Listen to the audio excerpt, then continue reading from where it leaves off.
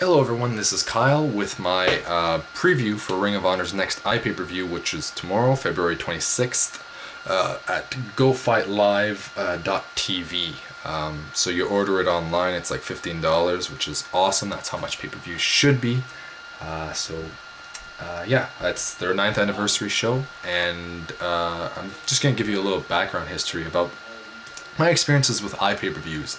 I've been wanting to order them for a very long time now, but I've never been able to order one until now, and still I've not yet ordered it, and I'm hoping that I can, because I seem to have some kind of curse going on.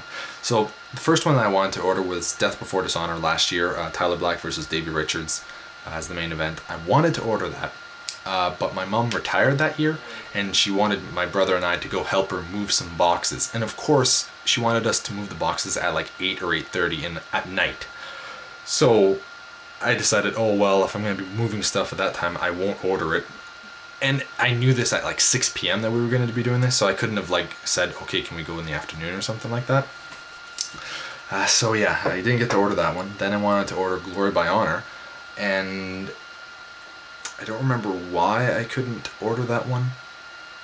I was busy with something, and I don't remember what it was, but I wanted to order it, and I didn't end up. I think I actually forgot that it was playing that night, and it was too late by the time that I wanted to order it. So I missed that one, and then Final Battle 2010, I was just in exams, and I couldn't, if I would have watched that, I just would have lost all my focus, and yeah, so that didn't work out as well. So now finally I'm able to order, the 9th anniversary show.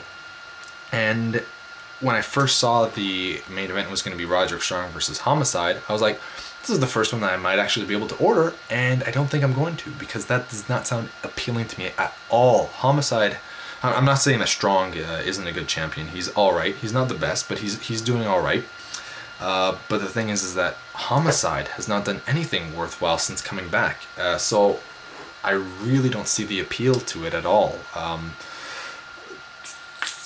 I would be surprised if they would get, 3.5 stars or something like that. If it was a normal match, they've boosted it up a little bit with a street fight now, but before that, I was not looking at all forward to it. But the rest of the card looks solid enough, so I think I will be ordering tomorrow, unless the curse continues and something happens.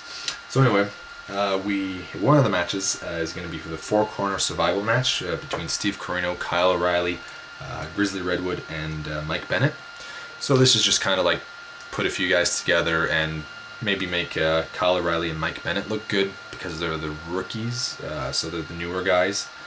So hopefully, they look strong. I wouldn't mind Kyle O'Reilly going over here, or Steve Corino.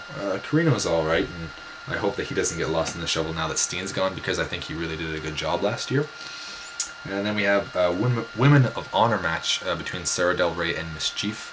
I don't really know who Mischief is, so I'm hoping that she's good, because I watched I've never watched Shimmer before, so I only see the once in a while bouts that they have in Ring of Honor, and I watched some match between Sarah Del Rey and some girl that had a mask on, and it was a horrible match. Like, it was definitely the worst match on the card, and it's something worse. Like, some Divas matches have been better than that, and I can't stand Divas wrestling in WWE. So yeah, hopefully this one's alright, and something like the matches that Sarah Del Rey had against Awesome Kong. I don't expect maybe that good, but something better than what I saw with the masked girl.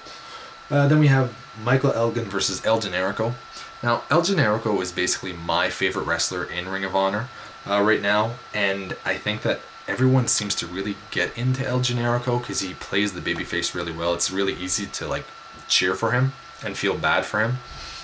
So I don't know why that they put him in this match, because Michael Elgin is an alright wrestler, but it's throwing away a possible match of the year. Have Homicide versus Michael Elgin, and then have Roderick Strong versus El Generico for the world title. I mean, El Generico just beat Kevin Steen at Final Battle. Like that was a big feud, and he was kind of not carrying Ring of Honor, but that was one of the biggest storylines of Ring of Honor for last year. So have him face Strong instead. That it makes sense booking wise, and El Generico will produce a better match than Homicide will. Oh well, maybe next time.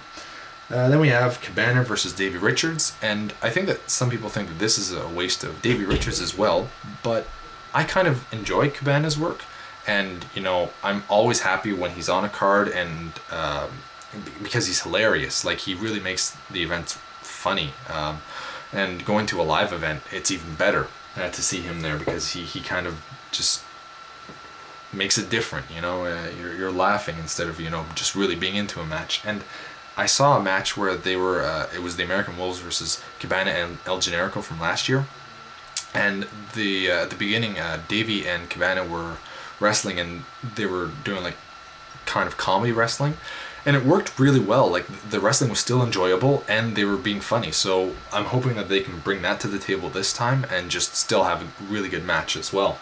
Eventually maybe becoming serious by the end of the match, and then you could maybe have match of the year. If that steals the show, I'll be surprised, but in a happy way.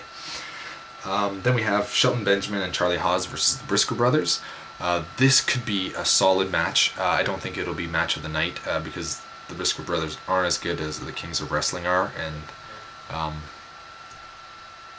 yeah, it'll be solid enough, and I'm glad that the Briscoes are tagging at this event, because I don't really like their singles matches. Jay's alright sometime, but Mark isn't all that great. So it's good that they're having a tag team, and this one looks decent. So then we have Christopher Daniels versus Eddie Edwards for the TV title in a 2 out of 3 falls match with a 30 time limit. So, and the booking for this has been pretty good too, because they had Daniels going over Edwards for the title, and then Edwards saying that nobody can beat me twice in a row in one night. So it's a good way to get the 2 out of 3 fall stipulation there, and I do enjoy the work. I did enjoy their HD net match that they had a while ago, and they had some match on one of the events, one of the DVDs from last year, that was also really good.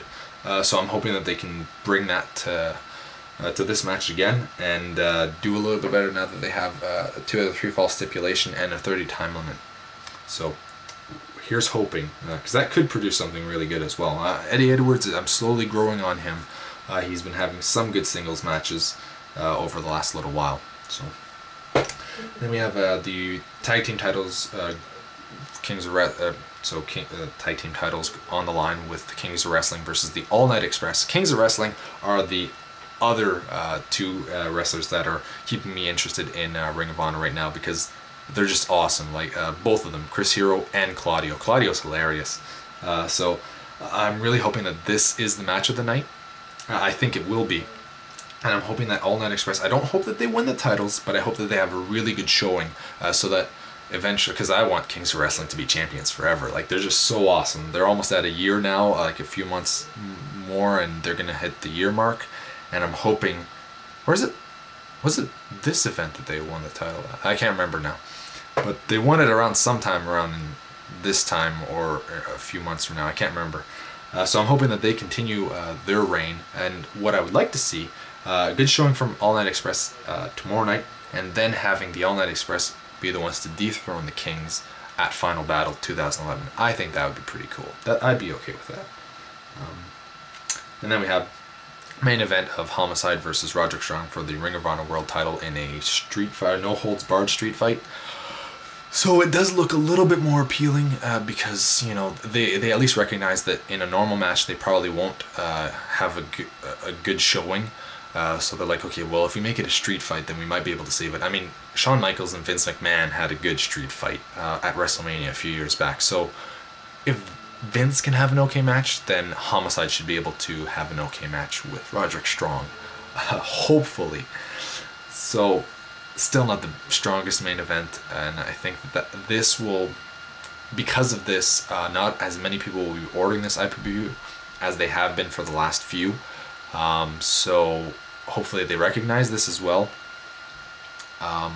and they start pushing other wrestlers that actually will draw in ratings. I think that Davey is obviously one of them. I think Chris Hero's big enough that he can kind of draw some fans. El Generico, I really think that they should run the ball with him. I would love to see El Generico world champion at some point this year, more so than Davey Richards. I want to see Richards eventually with the title, but I don't know. El Generico is my favorite, and that might make me biased towards it. So yeah, so I will be ordering the event tomorrow as long as nothing happens. Originally I wasn't, because Homicide just is not my cup of tea, especially lately. Yeah, if you want to order the event, it's like $15 at gofightlive.tv, or just go to ringofhonorwrestling.com. Check it out there. It probably will be the best pay-per-view, not just iPay-per-view. Well, iPay-per-view, I don't know, because Dragon Gate USA apparently had some pretty good ones this year. So it'll be probably better than anything you see in TNA or WWE, other than maybe WrestleMania if they do it right. Or at least just as good as whatever their strongest pay-per-view has been so far. And this is going to be my first indie show of 2011 that I see, because I have not been staying up to date. Well, I need to wait until the DVDs come out, and this will be the first iPay-per-view and first indie show of 2011 that I watch. So here's hoping that it's really good, and yeah, talk to you guys later. Bye-bye.